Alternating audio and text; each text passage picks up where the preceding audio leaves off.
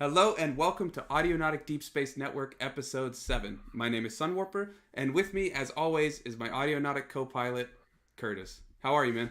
Yeah, I'm good. How you doing, mate? You alright? Yeah, I'm good.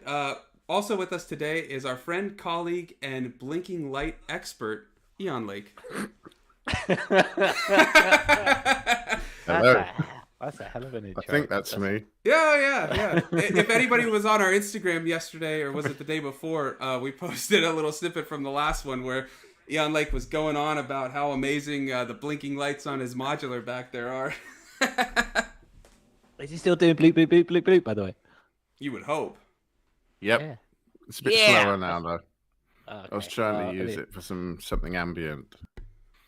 Right. Okay. I mean, I suppose you don't get much wob wob wob in the whole world of ambient. I mean, it would be nice. More sort ambient of wobs. Okay, I like that.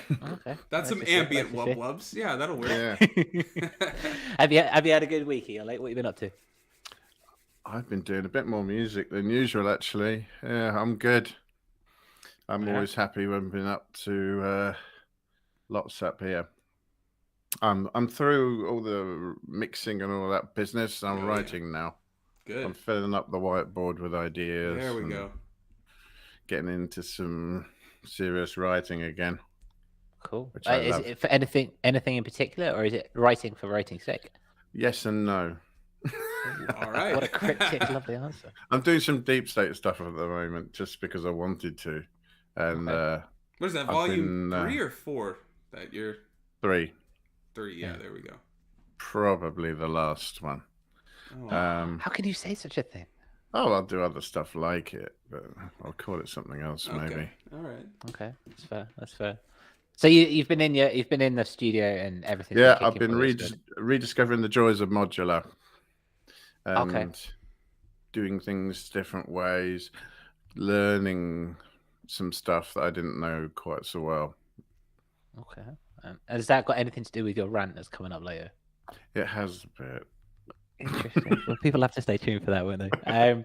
Before we move on to Michael, let's just say this broadcast is brought to us by our patrons because the fact that they support us on Patreon means that we can carry on doing this instead of doing the day job, and that's great. So thank you very much indeed. Very much appreciate it. If you yourself would like to support us on Patreon, feel free to pledge at patreon.com/audionautic. And we can do more of this stuff. Yeah. Sunwarper, what about you? What have you been doing, mate? What have I been doing? Well, right now I'm posting the YouTube video link to the Patreon group chat over on Twitter, which if you join over on Patreon, you can get there. That was very fitting. But in general, what I've been doing is I've been having a lot of fun with the SP and circuit. And what I've just recently did was I sampled a single synth sound from the circuit and a single bass sound into the SP and then put it in chromatic mode and made like 4 notes out of, or 4 chords out of it. And then you get all these really cool, weird, and if it's like every chord has to be a minor chord because it's just, repitching. So you get these really weird chord progressions, but they work really cool. And it got me thinking about like, is this a way that I could kind of do a DJ or live set, but beyond just DJing, right? Because like I did that one DJ set a couple weeks ago, and I'm getting ready to do another one. And, me always being overly ambitious, I was like, maybe I could just do a performative one and do something like this. So it got me thinking about that, and I wanted to bring it to you guys to see what you think about how you can do, DJ sets beyond just hitting play. And I think I sent you guys a link to an interesting article about that. Okay, you want to have a look at it now then? Let's do it. Yeah, let's do that. Because I know Howard, Eon Lake is also, you've got something, right? I know you can't talk about it. Yeah, it's very much on my mind anyways, and ever since considering live in the first place. Yeah. It's how best to represent what we do. Yeah. Without being able to do it all at the same time. Okay. Well, for the people watching this, let me just share the screen with you so you can take a look at what. Yeah, and I took some diligent notes in green ink, so I can read off some of the parts they talked about. Okay, so DJ meets producer, how to perform your own tracks in a set. Yeah. So take us through this, the conundrum, the problem, the issue. Well, I think that what this article was talking about was just getting beyond just, pressing play or just moving between songs. And they're also coming from the aspect of DJs that don't typically play their own music, like why you would want to incorporate your own music, and then how you could do it in a way that's not just like playing a song that was released previously. And so like the first thing they talk about, and this is kind of a given, you could do unreleased tracks or different versions of songs you've already released. That's an easy one. That's what everyone did. Yeah, exactly. You would hope, right? And then now they start getting a little more complex. Like the second thing they talk about is try mixing different stems of those songs together in different ways. Like only have the drum beat and then have, the piano and then move between parts. Or like if you're on the SP, you could like put the drums on one of those DJ mode slots and then put the piano, and then maybe you have a part that's piano and bass, and you have that and you fade between things and stuff like that. Then the third section, and I like this one if you're trying to do it quickly or something, but you break each section of a track down into its own loop. So like for the SP, you'd put each section on one of, the pads, and you could play them, you could bridge between them, and you could do them in new orders and things like that. And then the last one, which is the one I'm thinking about now, is adding some form of like hardware sequencers or performative aspects with like a synth, something like that. So yeah, those are the four. Okay. So go nuts on them. Those are the four. Howard, what you could start us off. The third one sounds a lot like just using Push and Ableton, really, but not using Ableton or Push. Doing it with a hardware sequencer instead, or you could even which is do cool. It with Push, right? I mean, you do want to see the person at least controlling what's going on. They can't necessarily play it all, but you want them to be in control and to be orchestrating what you hear and having the control over it to change it depending. So, yeah. I mean, I think Richie Hawtin's covered a lot of this ground. I don't know if you've ever seen what he does, but he's got all sorts of additional stuff, drum machines and so on that he blends in on top of records when he's playing and stuff like that. So He's doing a few of these things. It is interesting, isn't it? I would like to mess around with some of it, but when it comes to your own music, it does seem a little bit like, I don't know how much breaking it into bits and putting it back together again I want to do, to be honest.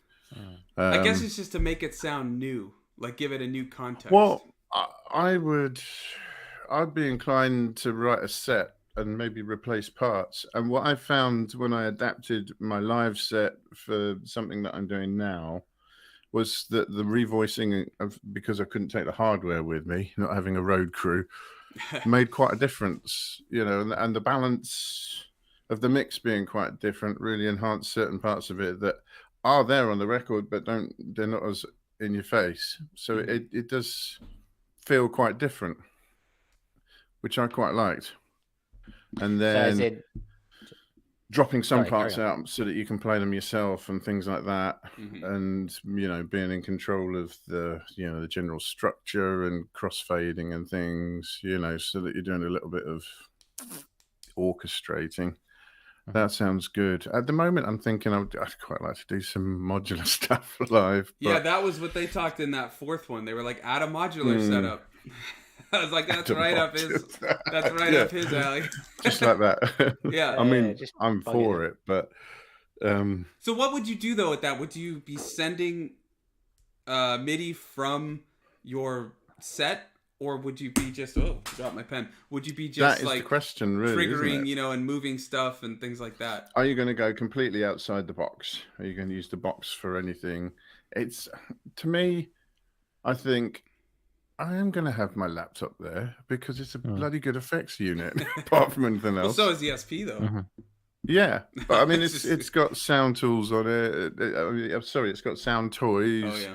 It's got all my favorite plugins. It's got Valhalla and so on. I have hardware effects, so it's going to be there, in some form. And it's not. I think we need to sort of get away from this laptop bad thing. Yeah, I'd agree. We know what that's a reaction to, right? The whole Press play. consumer laptop live and the whole sort of EDM thing. But there is a place for it. You know, people have been using laptops for sequencing for donkey's years and playing live along with it and all the rest of it. It's not bad. You can just use it as an effects box if you want to. I don't know. Maybe you'll have your set list on a Word document. It's cool. You know, it's fun. There are no rules. Yeah, it's I know what you mean in that sense. Like again, in regards to number 3, where you sequence a lot of things, that is right. Number 3, right, where you sequence.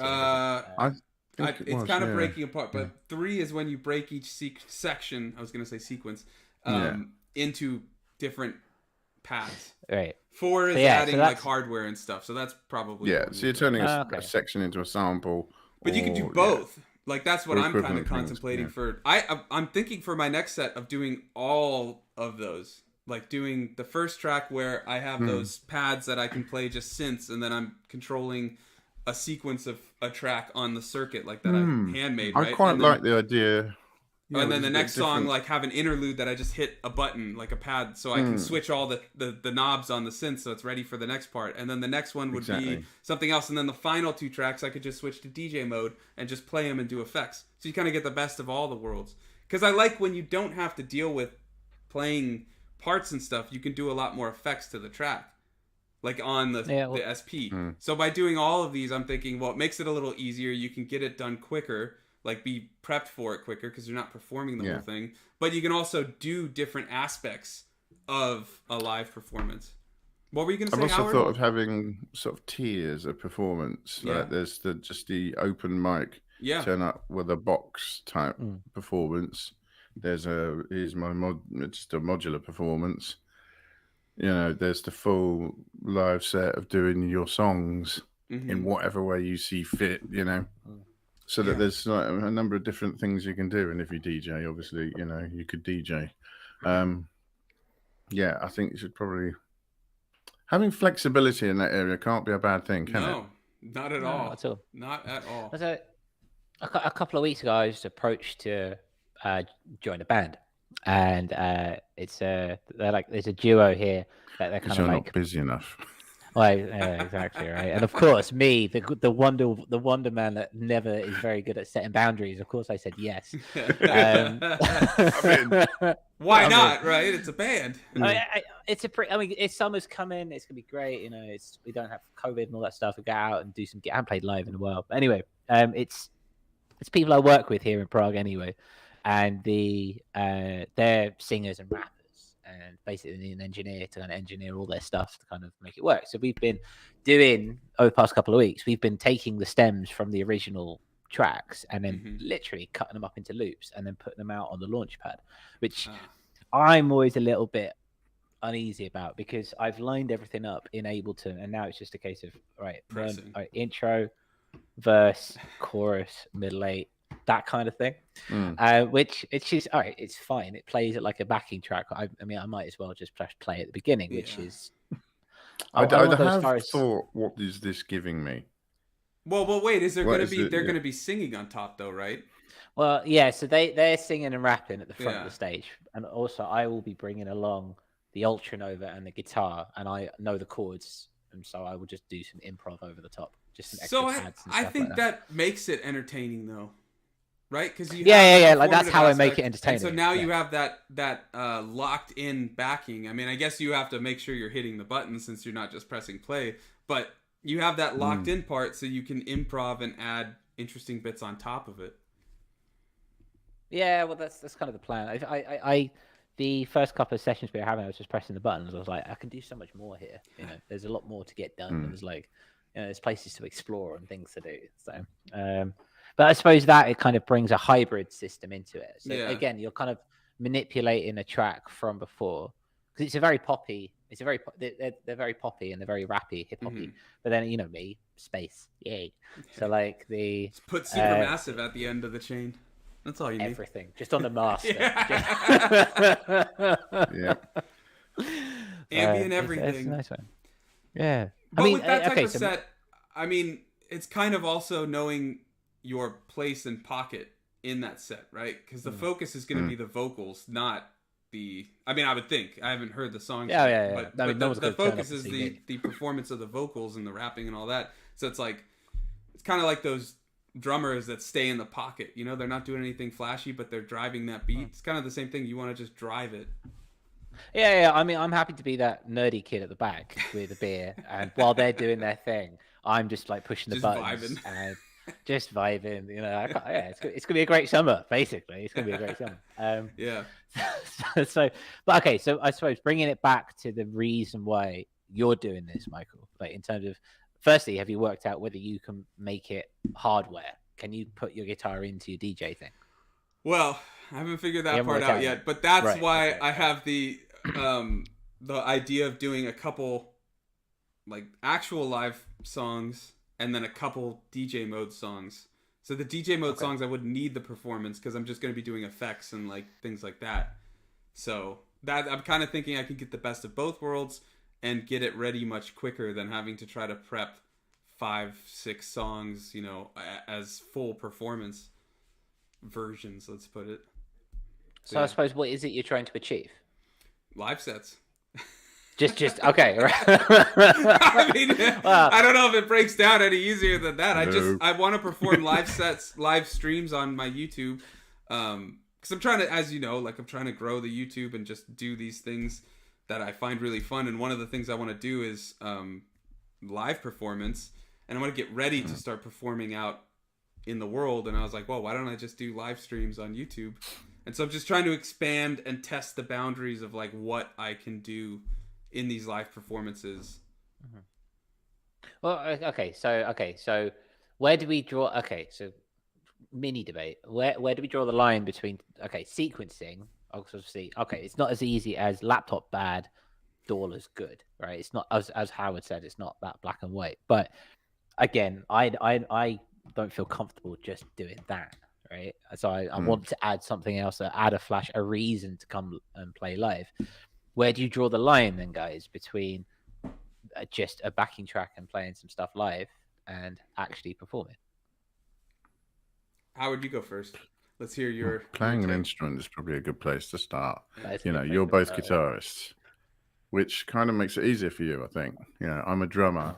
I'm not taking my drum kit. And nobody, I mean, that would be kind of weird.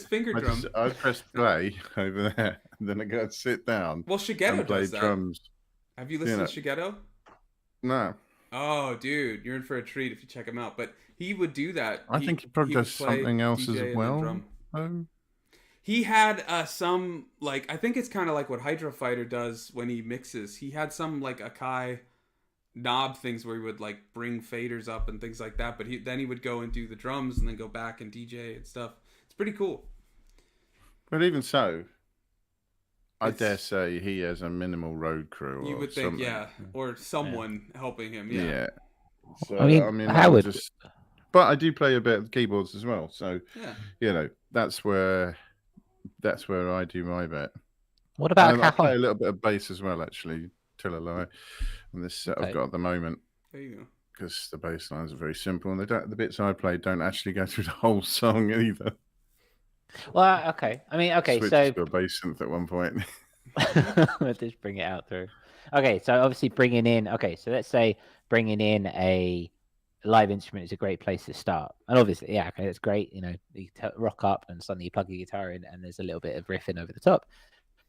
A lot of people, for example, use MIDI and don't necessarily play an instrument, and some people use chord packs, for example. So where do It's all a performance though, and it depends on the context. Right? Like if you're playing in like a backyard, do you really need to stress about bringing all this gear and stuff, you know, or if you're playing at like a small venue, like when I start playing at these small venues around here that I'm thinking about, I might just bring the SP and probably the circuit and then use a lot of just be triggering samples and do a little bit of, you know, performance on the circuit. Because it's like, how much do you want to bring for that, you know?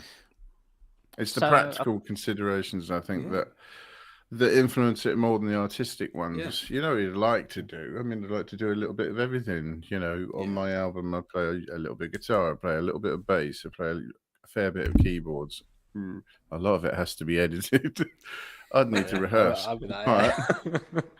You know, Ideally, I'd have a bit of both, and I don't mind having a bass around my neck and fiddling around with things when I'm not playing it. I kind of like that, a kind of a hybrid approach, so that I'm keeping busy, and what is happening because of me and what I'm doing. I'm just trying to balance there being some performative aspect and there being some risk and something for me to do, so that it is a performance. Yeah. You know? Yeah, so there's something for the crowd, there's something for me, and it wouldn't sound like that otherwise. It is slightly different. I deliberately make the songs different. You know, the opportunity to drag endings out into intros of other things and so on, that all interests me as well. You know, the theatre, that sort of thing. Like you said, it's got too many layers and goes on too long. Well, I remember you saying last week that you like the transitions more than the actual song. when I'm listening to that sort of music, it's just Yeah, I mean, I love it when you got a good DJ in a club and he blends two songs together, and it's like, yeah, all right, and then you got 4 minutes to the next track. Well, you're enjoying a song, and then suddenly it really picks up. You know what's happening, but you're like, ooh, this is good. It's all about that drop. It is. It's all about taking the bass out and then bringing it back in again. Yeah, and just pressing play. That's all you need. That's your performance. That answers your question, I think. That's it. Yeah. What defines a performance? Pressing play, so that I can take it out and put it back in again. Well, exactly. I mean, it's obviously there's got to be a sense of uniqueness involved, I suppose. Like if people are gonna come and see you play, there's got to be a sense of uniqueness, and and if it is just, the backing tracks, it's not really going to work in the same way. I'd love to be able to rock up with everything, obviously everything. Wouldn't we all? Yeah, that'd be great. And then I'd love for people to be interested in my work enough for me just to kind of hit record in Ableton and then just do my live improvisational jams that I do to write songs. That would live stream that. I'd watch that. Well, I've toyed with it. And I mean, we've just been too busy with Audionautic that I haven't had time to do anything. But it's something I'm considering doing because at the same time, all right, so it starts off really well. You know me, it starts off really well, and then I get distracted by something, and I'm noodling on one particular frequency for about 15 minutes. You need like a little post-it note that's just like stop. Right on the filter or something, just like right on the filter of your synth, stop noodling. I'll just have a timer or something like that. Yeah, there you go, just a stopwatch. It's just like, it's been 10 minutes, change the note. Yeah, this is exactly why I'm not allowed to do sound design and writing in the same session. Oh, okay. As in what? That's the rule that you stick to yourself. Sound design is always a separate session. And interesting. It sometimes turns into writing, and if that happens, that's okay. But writing is not allowed to turn into sound design. Ah, right, okay. And how often do you stick to that? Because it's all about the flow, isn't it? Right, you want to get into the state and maintain it. You do not piss about with stuff because you'll lose the flow. Yeah. Okay. And no, you're right. Completely. What if, at the same time, a little bit of sound design allows you the ability to free up space in the mix to then write more? That's always my. If it happens within the flow and it's not starting to, hang an anchor off the back of your ship, then okay, I mean, you'll know yourself. And if you lose the plot because you just started pissing about with the right kick drum sound or something stupid like that, when you were fully vibing and instrumental ideas were coming out, and then you lost it just because one sound you were fiddling around with too much or something. Live and learn. I've done that before. Yeah. The amount of times I've kicked myself because I had a really great idea and then there was a squirrel outside and I'm like, and then I come back to it and suddenly curse you, squirrel! Curse you. One thing I wanted to say about the performance thing, and this is from pissing about with modular again, is I quite like the idea of live mixing, of dubbing in effects and things like that, and of also sound mangling being part of the performance because it's fun. I love doing it, right? So I'm okay with that being part of the performance. To watch, though, I do. I'm just curious. I don't know if you know that those tones that you're hearing are being crafted by the people there. Otherwise, I mean, they can press play, right, and it will just play, but it'll be a lot more static. Yeah. And less interesting. Yeah. But because they're getting into it and changing things and, messing around with it, I would like there to be some performative aspect in changing the way things are playing, tweaking sense, Yeah. I mean, it's a ton of fun just doing that on the feeling, the SP, right? Like yeah, messing with the vinyl noises and then dropping it out or hitting the isolator so the sound drops and doing the what's that? The DJ setting or DJ looper, whatever, and messing with the time and the. I mean, it's a ton of fun, and You can use things. I mean, at the extreme level, you can use things like that to create breakdowns that aren't actually in the arrangement. Yeah. And risers and all sorts of things. You can use it to shape the performance. So and it's good fun, and that's all right. It's okay. It's very easy to say, well, proper musicians, blah blah blah blah. But I mean, you guys can both play guitar pretty well. What do we have to prove? Yeah. Well, yeah. It's all about what do you have Does to the prove music in general, sound right? good? For the people there, is it enjoyable? Yeah. Could the guy walk off stage and it could happen just as well? That's the question. That's the question. Yeah.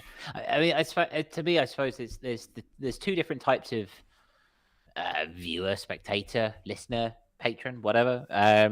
There's two Curtises, right? There's the consumer Curtis, and then there's the producer Curtis, right? And the consumer Curtis. Well, I mean, I could barely deal with one of them. Geez. Yeah, exactly. So the spectator Curtis or the consumer Curtis just wants to enjoy a good banger, right? A great ambient banger. Just want to listen to it and just make it happen. I don't care what it is as long as it sounds good. Like that track in Abacus the other day, Michael. Like it was just like, oh yeah, people don't know about that yet. Oh but yeah. But yeah, that was some sick. songs. That song was awesome. I was getting lost in that bass line when that popped in. I was like, oh, that's sick. And more on the future of Audionautic Radio at the end of the stream. What was I saying? Yeah, I was just enjoying the track for what it is, and then there's the producer side of me that I just want to understand how it works. So Howard, for example, if you live streamed one of your sound design sessions, I would be there. I'd be like sitting there going, oh yeah, let's see what he does. Let's see how this works. Like proper nerd out. It's so hit and miss. That's the beauty of it. That's the beauty of it. That risk reward you were talking about, Howard. Like sometimes it's gonna be great, sometimes it's not, but that's still part of the journey.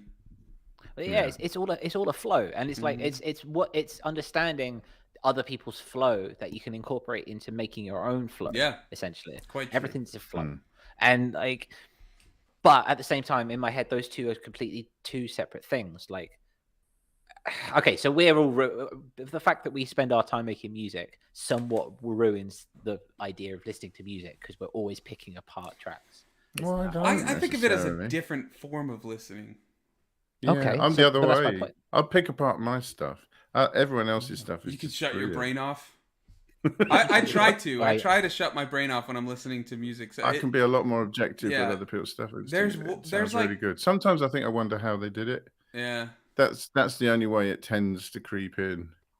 Yeah, there are things like I like the White Stripes, but Jesus, the drums being that late, I just can't. I can't take it. The snare drum being that late. I can't. It does my head in. I'm pointing it out to my wife, and now she can't stand them either.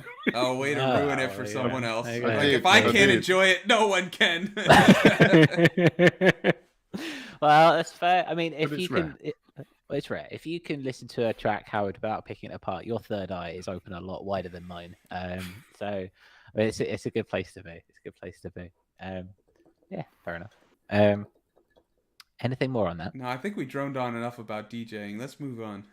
Okay. Well, okay. Let's go to the round robin. I feel like we got like segments. We've got news and we've got round robin, and we got kind of forging some form of. I feel like we haven't even hit the news part yet. And whether or not we're going to have time is a whole other thing. But hey, aren't we professional? I was not expecting that DJ section to go on so long. But I mean, it was all good. Yeah. It's all good to talk about this kind of stuff. It's just a flow. We're curious if you guys watching this, what you guys do, and where do you draw the line? The ideas that we've spat at each other over the internet it'd be interesting to hear what you have to think about the whole situation. Are you I would like where do you draw the line? If what you're performing people live, want to get out of doing their own performances, exactly, how they balance these things themselves, how they think it's gone over when they've done that, any changes that they've made in the reaction to how gigs have gone, things like that. I'd love to know.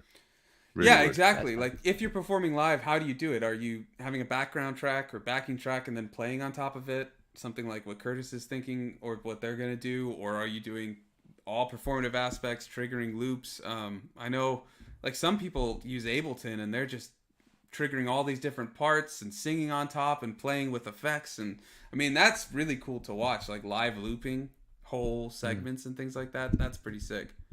But yeah, I'd love to hear from you guys that are listening. Yeah, so round robin discussion, more extended from what we're going on now. I've been thinking about this, basically the comfort zone, which is something we touched on in Lightspeed, may it rest in peace. The idea of like stepping out of our comfort zone and trying to develop and be better than where we're at. I came to this idea because over the past week I've been writing fragments too, and it's an exploration of MIDI, Serum, and Vital. So there's a lot of MIDI, and I wrote it all. And I was like, yeah, I never write with MIDI. This is going to be great. New explorations. And then I got to the bit where I'm freezing all the tracks. I am bored. And so I'm just like, exploration is good to a degree because you learn something either way. You know, you learn something for where you're going. But it's important as artists that we continue to challenge ourselves in the creative aspects. And I was curious what you guys do or what you think. So maybe someone listening can also get some ideas for how they can step out of their comfort zone. And how far? And how often? How important is it? Well, that's this part of it all. Like I mean, important to a degree, but I don't think you should be like, right, well, I've played that chord, I can never play that chord again. You know, to be silly about it, but you know what I mean. It's like, how far do you take it? Okay, so we all have a sound. I think that's fair to say at this stage. We all have a sound. We all have a kind of a thing that we kind of, when you put one of our tracks on, even if it's only to us, it's like, oh yeah, that's mine. It's my signature. It's my little, you know. So obviously you want to maintain some form of consistency through your tracks, but is the goal not to develop as much as you can and explore as much as you can do? Yeah, I think so. Yeah, but I think your sound is defined by a number of different things.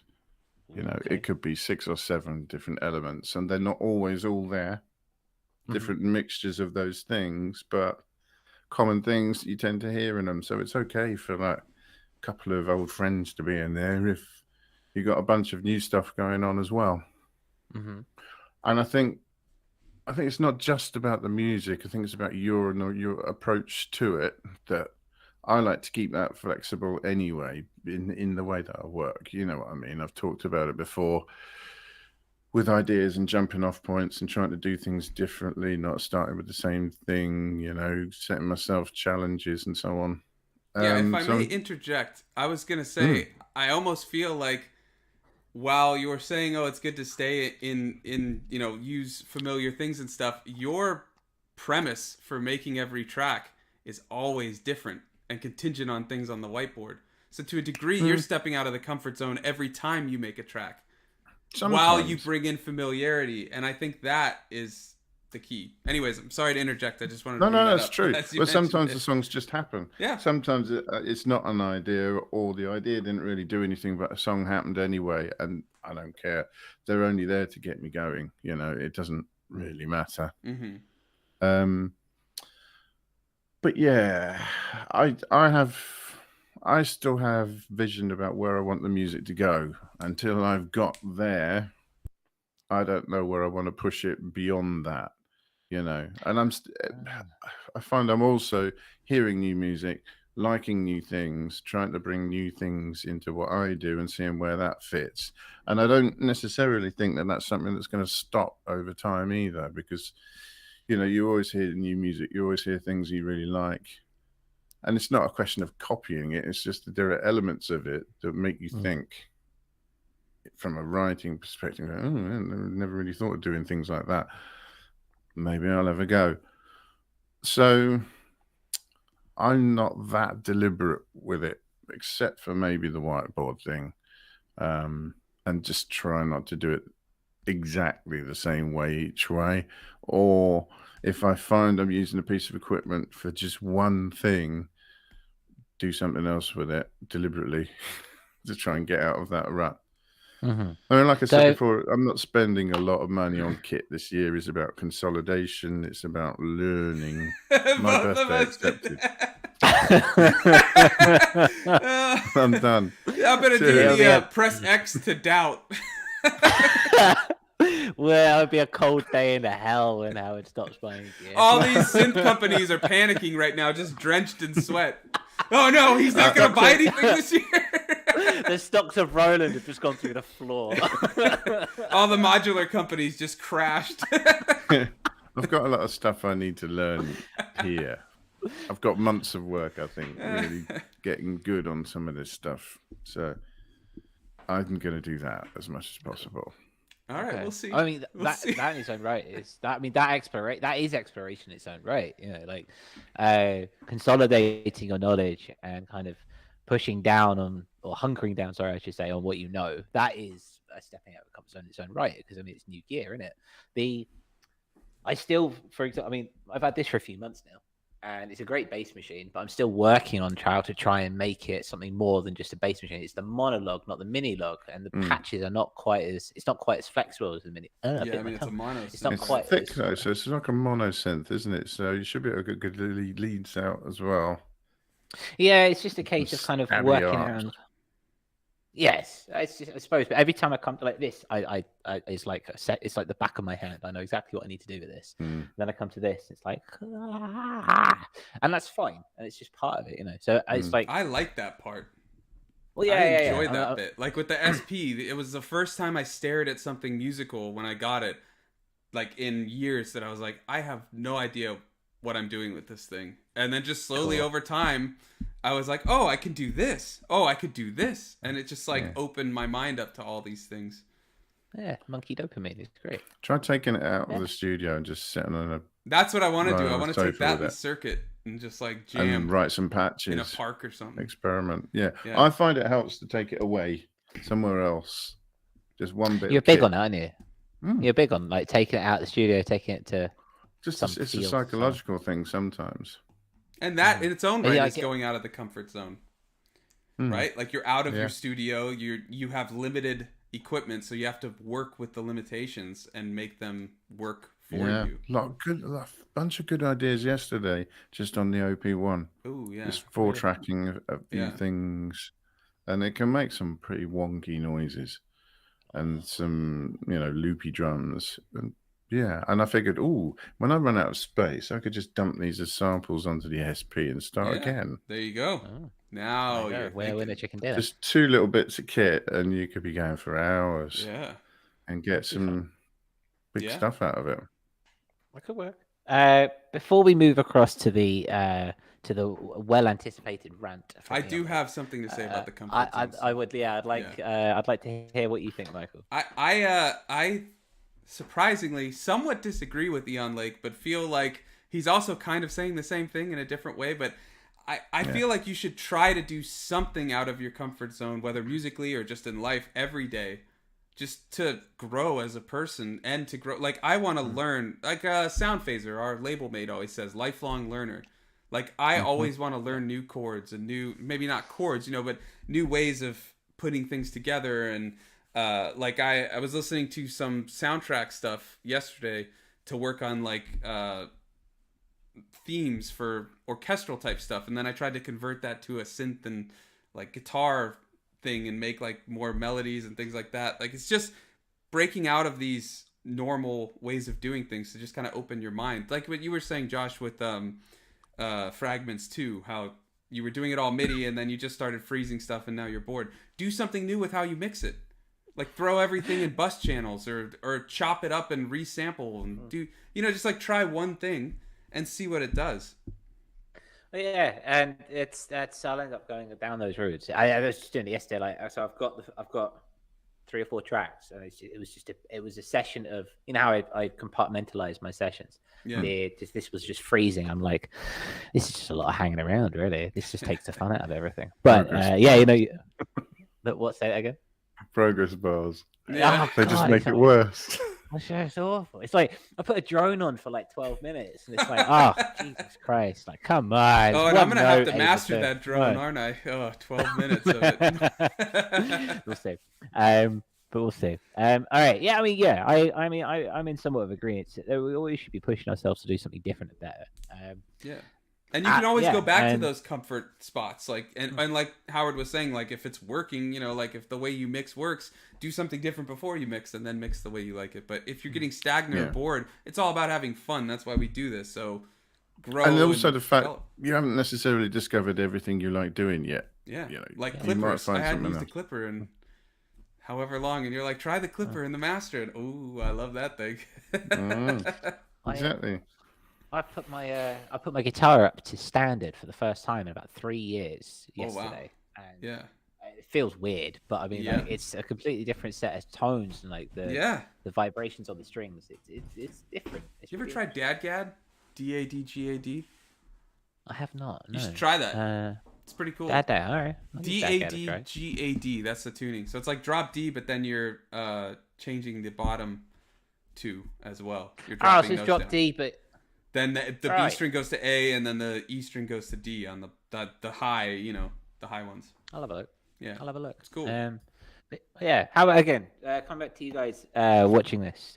We'd like to know how you step out of the comfort zone, or if even stepping out of the comfort zone is something that you're interested in. Again, we are just 3 shaven monkeys on a screen, and we'd like to know what you guys think at home, that kind of thing. Howard. Your time is here. All right. Okay. So we're going to talk about that, aren't we? We're talking about that. So, bugbear of mine recently, and something that I think results in some sort of advice that I would like to give. I don't know if people would like to take it or not, but compliance in equipment. It's really about hardware here. And the almost planned obsolescence that you get with things that don't use class compliant interfaces or drivers. Why in this day and age are we still doing stuff like this? So this came to light for me because of my drum kit, as you guys know. I completely missed the fact that they'd stopped updating the drivers for it some time ago. So Roland, in their infinite wisdom, just picked on the one kit that I've got, retired that, and kept the one below it and the one above it going longer. And basically I found I'd upgraded my studio. Everything was working fine, but my drum kit no longer works. Now, it's got a MIDI out on it. So it works as a drum kit on its own, right? It makes the sounds. You can plug it into a PA, you can put headphones on. It's a drum kit, great. As far as MIDIing it to a modern studio, you need a specific driver installed, and it appears as a 2-channel audio interface, as well as having MIDI over it, which is all really convenient.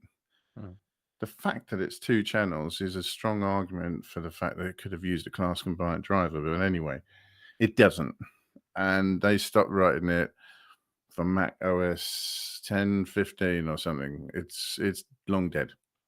So there's no MIDI in on the brain. There's a MIDI out, but no MIDI in. So the only way you can get MIDI to it is on the USB lead, which requires a driver.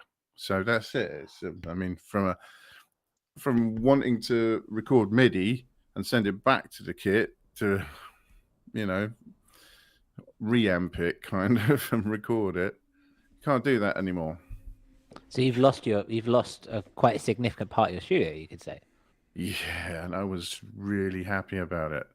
So really expensive ones have MIDI interfaces in, out, through, as well as any of the USB crap. So you're kind of covered, right? And one day when they stop writing the drivers for it, you've still got MIDI interfaces, you've still got audio in and outs, and some of them have got mults. So you know that you're kind of covered. So this is something that is in the forefront of my mind in every single thing that I buy now is, am I reliant on a particular version of a particular OS on a particular computer that could blow up? And then what? And you've stopped writing the drivers, and then suddenly I've got an expensive piece of hardware that is, for my purposes, not entirely useless, but a lot larger or closer to being useless than I would like, especially only a few years in of having owned it and spend a lot of money on it. I waited years to get a drum kit again. Still not happy about it. I found a workaround. Those Windows 10, the drivers still work on that. So now I've got to have another machine running Windows to talk to the drum kit. Oh man! And then I'll use Ableton Link so that they're in sync, and the audio is still connected to my studio PC. So I've got this satellite Windows drum sequencing laptop. I assume there's nothing that Roland can do for you at this stage.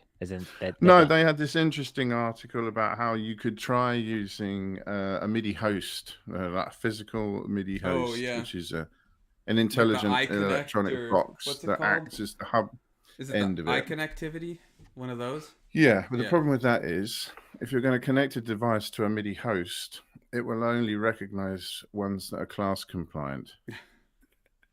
If it was class compliant, I wouldn't need the host in the first place. I wanted to smash the place up when I discovered that. I did buy one. I mean, that brings up a bigger issue, and though. Then sent it back. Look at like the SP not having normal MIDI. What is it? The 5. Although I'm less worried about that because it is widespread. Well, it's just that the Micro Freak is doing it as well. Yeah, I know. It's just like the issue is that all these things use different parts, and like you need dongles to connect things. Like look at the iPhone got rid of the aux. I forgot that the MacBook Pro got rid of it too for a while. I think they brought it back, but it's just annoying when different things don't have the same connectivity. Like I don't have those little MIDI connections. I only have the 5-prong one or whatever it's called, so I just can't do it. So I'd have to buy another one or get a dongle to fix it.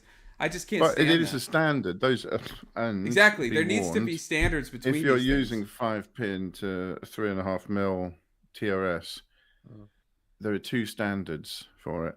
Yeah. So make sure you get the right one. Yeah, and like the TR8 doesn't have a 1/4 inch; it's got 8 inch. Other people make it. It will be around longer. I mean, God knows MIDI's been around long enough. The 5-pin interfaces, well, that's the savior, right? I mean, Jupiter 8s. I imagine you have to cut them open now and put some other interface on, stuff like that. There have been mod kits over the years and so on, and slight changes made to add MIDI to them. But some of the classic stuff that's come beyond then, after that time, it's all still good, right? It's still got inputs and outputs that you can connect to something. It still sends MIDI. It still sends sound. If your computer blows up or you upgrade it to whatever version, it still works. And that's part of the reason to have hardware for me, because I had too much tied up in a computer. Ended up dying, and I lost loads of material, loads of instruments and stuff like that. And I just thought, sod this. I'd rather have a few bits of kit. That's your origin story right there. Yeah. That's how he became the ranter we know today. It was, they're still there. And I'm looking in front of me, everything's got a MIDI interface on it. Everything's got an output. It's not fine. Particularly dependent on anything. Something goes pop. That thing's broken, not everything. Yeah. Yeah, I just get That's what I frustrated at the hate. lack of a standard on some of these. You know, like the TR8 that I have, or 08, whatever, doesn't have a quarter inch, so I have to get an 8-inch connection to, you know, a dongle that switches it and all that. It's not as frustrating as like you're saying with the class compliance. Like Especially when it's just that's software. just ridiculous. Yeah, that's just Like ridiculous. a version thing. What year is that? Fuck that. What year is that thing? The V-drum, right? When was that made? Yeah. I don't know, actually. Because I'd be curious, like, how long it is it? Is it 5 years old, 10 years old? Like, how long were they keeping it updated? It's more than 5. Okay. But But if it had a MIDI on it, we wouldn't be having this conversation. Do you know what I mean? Mm-hmm. That's all it I needed. feel like even okay. So you, as far as I see it, if you buy a product, a piece of hardware, and you don't trash that hardware is good for as long as that hardware shall live, which means that the vendor that sold you that, they have a responsibility to make sure that your stuff still works for as long as it is. Like a lot retiring of authorities in Europe agree with you as well about planned obsolescence. I mean, it's your rights as a consumer to fix, to repair, to make good, and the manufacturer's role in supporting you in doing that is, it's not as keen in the UK. People don't agree quite so much in government here. I didn't realise it was as far as a UK EU thing.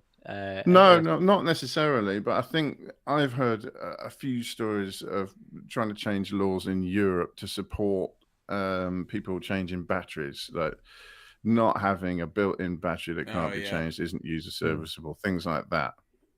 We don't seem to care too much about it in the UK, but I've heard plenty of stories of, trying to pass legislation to make things easier to service because, isn't that the right we to do not repair need to be thing? chucking stuff in landfill. We No, really don't, Yeah. That's the right to repair stuff, right? Because I keep hearing about, like, with Apple, there's issues about the right to repair, like, can you open up an iPhone and replace the battery when it dies or something? Should be able to. Yeah. But these companies, they want you buying, you upgrading. Like how it said, planned obsolescence, like they want things to be unable to work after X amount of years, so you have to buy the next new big thing, Yeah, for like and they 2 do a more lot RAM, of work with you can, resourcing hardware for third world countries and that to give it a longer life. But that is just extending and only partly mitigating the issue. I mean, really, these things could be around a lot longer. Yeah. Mm-hmm. Especially when it comes to music, right?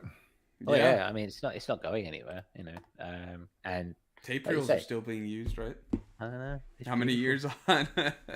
People are still playing violins. Yeah. Yeah. From like 400 years ago or whatever. Exactly. If it's a well-made thing. Maybe this is what we should. Maybe the lesson to be taken from this is we should not buy gear. We should build our own gear. I.e., we should all get into modular. That's kind of. But those pieces can die too. Yeah. But if you got a soldering iron, just build a guitar. Yeah, too. I mean, if you've got build a an amp, multimeter, build your pedals, replace a few capacitors, and you'll probably be all right. Yeah. The only one I had ever go pop was a self-build anyway, so. Well, there we go. Shoddy workmanship. We have got 4 minutes until the top of the hour, gentlemen. Michael, would you like to take the next? What is it that you would like to speak of in these last 4 minutes? I don't know. What do you want me to speak of? Well, I mean, we have a couple of things. We have. Give us your wisdom. Give us your wisdom, sir. Wisdom. Okay. Well, I've been talking a lot about stats and all that stuff. Last week we talked about the YouTube. I had an issue with that YouTube premiere. I premiered a video yesterday. It wouldn't let me do the trailer. I was like, "You suck." Is it a threshold thing? Like you have to have a certain amount I don't know. It didn't say that, and it said. I even looked again, and it said, "Oh, just upload the video and then go to the edit premiere." And I went to edit premiere. And the only option was changing the premiere song. So I changed it to like the ambient one. And I set it to 1 minute instead of 2 minutes, which was nice. But I wanted that little trailer. Didn't let me do it. But I'm going to look into that more and I'll report back. But really quickly, I saw Spotify posted these studies. Josh, do you mind pulling up? I think I linked it to you. I got it here. The one that I thought was interesting most, but they're all pretty good. We can put it in the description when we're done with the video. But it was about releases, and they did like all these studies and showed how releases. I forgot how they phrased it. We'll probably see it once it pops up, but it said something like it's not one release. It's just continuing momentum. Go down to the one about releases, Josh. Or is that it? Sorry, I'm seeing it through We've got Reach, Streamlabs. Merchant Music, Global. There should be one that's like Reach. release. Give it a second. It's my Yeah, I think it's my poor 7. I think it's like There you 1 go. or 2 up. Yeah, that one. Release, there. right? Yeah, click that one. Okay. So it shows some really cool graphs and all that stuff. Now, I don't know what the study entails properly, you know, like how many artists they looked at and stuff, but it just gives some interesting information. Like they're saying, make sure you update your picture. I believe the diagram. Yeah, like make sure you update your picture, do all this stuff, you know, like because you're going to get a lot of traffic to your page when it releases because you're posting it, you're doing all that. And then if you keep going down, I mean, it's kind of common knowledge, but some of the stuff was just interesting. Yeah, don't stop sharing after. Now, of course, they want you to do all this stuff so they can make money too off of you. But I just think don't stop giving us your content. Yeah, it's also, but it also works for Bandcamp. Like if you're posting Bandcamp, you know you're going to get people visiting you. So change the header, change the color design, the picture, things like that. New release gives your bump, gives your other music a bump. Yeah, same for Bandcamp. If people go on Bandcamp, make sure you set that side discography thing the way you want it, so that people can go check out, you know, the next album or put links to things. What's this one? Oh yeah, changing the canvas supposedly. I don't notice much with canvases. I don't know about you guys. And for anybody listening, do you ever notice an uptick compared to a song you don't have a canvas to a song you do have a canvas? I don't really. I'd like to know. I've seen. I do canvases on the singles, like the big songs.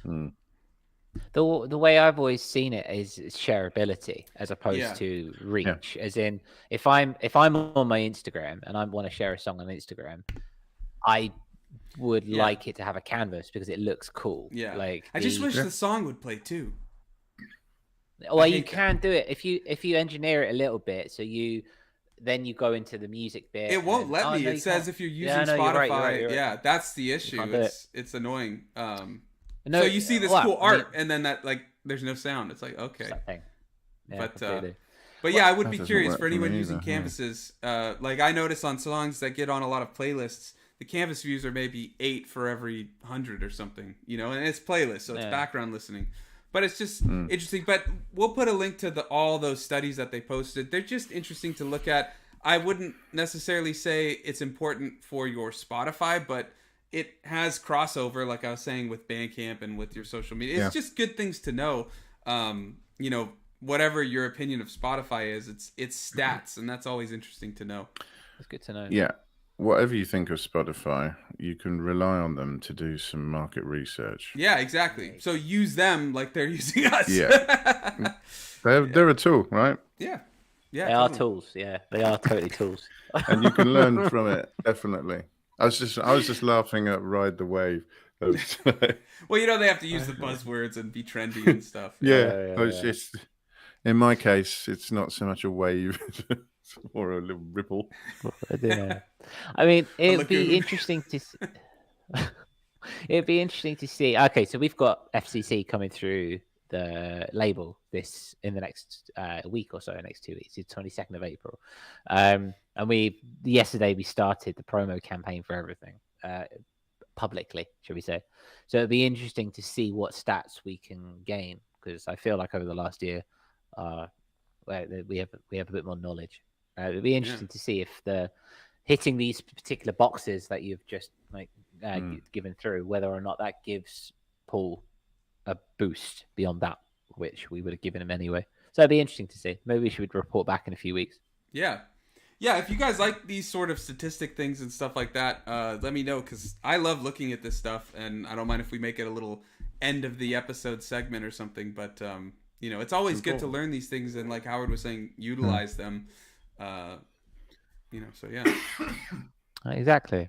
All right, gentlemen, if this was terrestrial radio, we would have been kicked off by now. That's true. Luckily, it is not. Luckily, it's not. So it's nice.